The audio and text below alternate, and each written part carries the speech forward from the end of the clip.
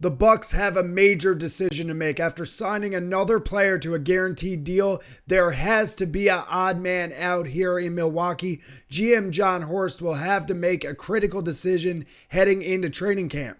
What's up, everybody? I'm your host, Nathan Burton, here with Bucks Digest, your number one source on YouTube for all things Bucks. Thank you for being here with me today. I'm going to get right into things. We're first going to talk about Thanasis Antetokounmpo, of course, Giannis' older brother. He signed very recently a one-year, $2.9 million deal to return to the Milwaukee Bucks. Now, we know all the reasons Thanasis is back with the Bucks. He is a key part of what makes Milwaukee, a favored place for his brother Giannis to play. Of course, Thanasis has some skill. I mean, you can see him playing well in overseas in the Eurobasket right now. But at 33 years old, there's a lot of questions about what he can really add to an NBA roster. But the key thing here is that his deal is fully guaranteed, meaning the signing of it is going to push out somebody else on the Milwaukee roster. So there's been some rumors about different guys, but I'm going to talk about what the most likely scenarios are here and why some of the reasons why Milwaukee decided to go this route and bring back Thanasis. Now, before I do that, I just want to mention to all you guys, please hit that subscribe button. You guys have been running this up for us, all along, and we really appreciate it. It's going well. Please keep doing so. So, I just want to remind everybody, of course, Thanasis Antetokounmpo signed a $2.9 million deal with the Milwaukee Bucks. Shams quotes here as saying, Giannis is staying in Milwaukee this season after a summer of exploring options. I feel like Shams has been, going back and forth with Giannis all offseason. He seems to think that Giannis was 1 foot out the door at some points, and apparently from this quote, it looks like he thinks the signing of Thanasis is keeping Giannis here. Of course, we know Giannis is going to be happy to have his brother back with the team, but I think it's far-fetched to say that, he was exploring options in the same, at the same, I guess, standard that Shams is saying, and that, Thanasis' signing is this big world-turning thing for Giannis. I don't think Giannis was as close to leaving the Bucks as Shams likes to lead on, and that was pretty evident in his back and forth with Giannis online. But I digress. Let's continue to talk about what needs to happen here with Thanasis signing with the team. That means, unfortunately, they currently have 15 guaranteed contracts on the roster, which is the league maximum. That means John Horst will have to decide what player isn't going to make the cut. Now, the biggest rumor is that to make room for Thanasis Antetokounmpo, the player most likely to be waived is Andre Jackson Jr. Now, Andre Jackson Jr. was drafted a few years ago for the Bucks. At the time, they were hoping that he had the potential to be a starting shooting guard in this league. He has great size. He had good shooting coming out of college, but unfortunately, the fit never seemed to come with the Bucks, and he may be the odd man out here.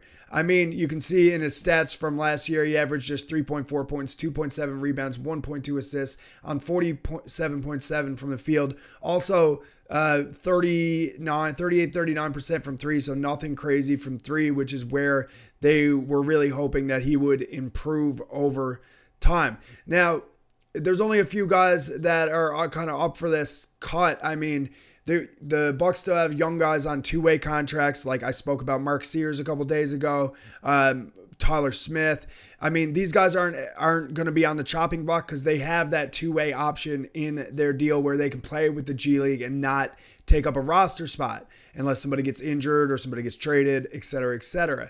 But Andre Jackson Jr. is aged out of that. It doesn't have that two-way option in his contract, so he is the guy on the chopping block. Unfortunately, it just seems that he could not find a fit with this team. I mean, we of course have Gary Trent Jr. We have AJ Green, who has shown much better shooting stroke. One thing you can say about Andre Jackson Jr. in the positive is that he is a high-level defender, which of course the Bucks can always use, but there just does not seem to be a fit for him on this team, and he is rumored to be the most likely player to be waived. The Bucks, believed in his potential, but they were trying to move him at last year's trade deadline. They were apparently asking for 2 second round picks for his services and could not find a suitor and chose to hang on to him.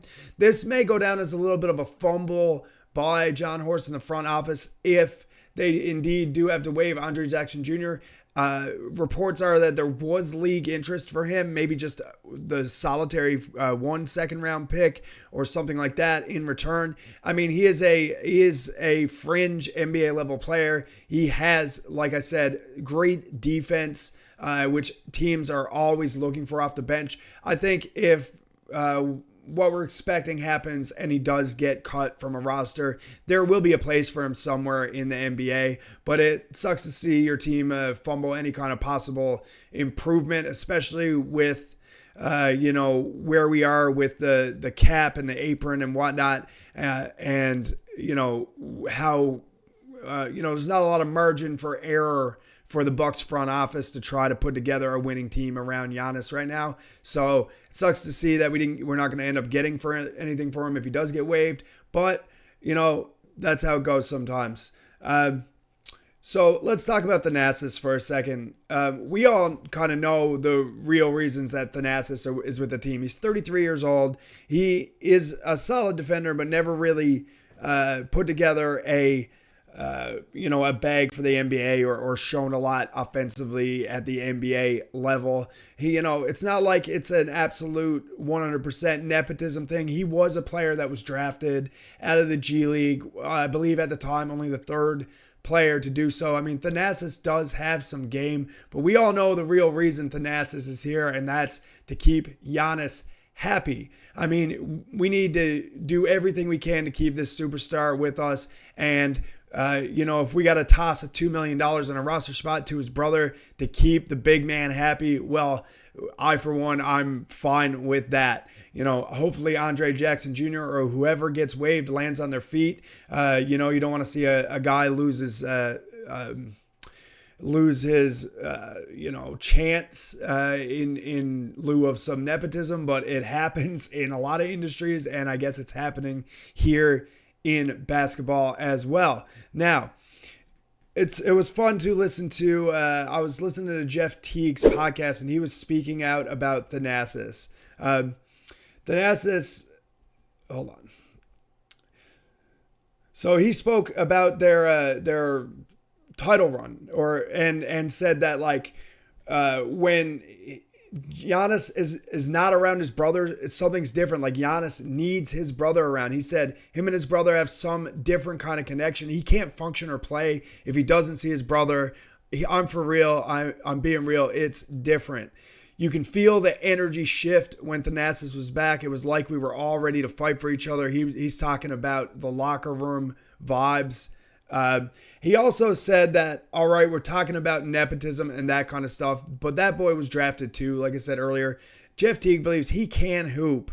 He's not going to say he can't hoop. He obviously can. So Jeff Teague, at least giving Thanasis some props, but I think it's more about the intangible things here for the signing of Thanasis that, unfortunately it's going to force somebody out, but it's not just about Thanasis himself and what he can offer and how he can play for the team. It's about what he brings to the locker room, the vibes that he brings, and the kind of unquantifiable effect that he has on his brother. If having Thanasis Antetokounmpo on the team makes Giannis even 5% better, then this $2 million is well spent, in my opinion. But I want to know what you guys think. Do you guys think that, the Thanasis thing is too much of a gimmick? He's going to end up being more of a player coach, like a Udonis Haslem type of thing. But all reports is that they love him on the bench. They love him in the locker room. He's a good voice and a good vibe for the team. But do you guys think that Andre Jackson Jr. is too much to give up here? Do you think a different player should be waived? Leave me your thoughts down below and let me know what you think about the whole situation. We'll be back soon on Bucks Digest. Go Bucks, go.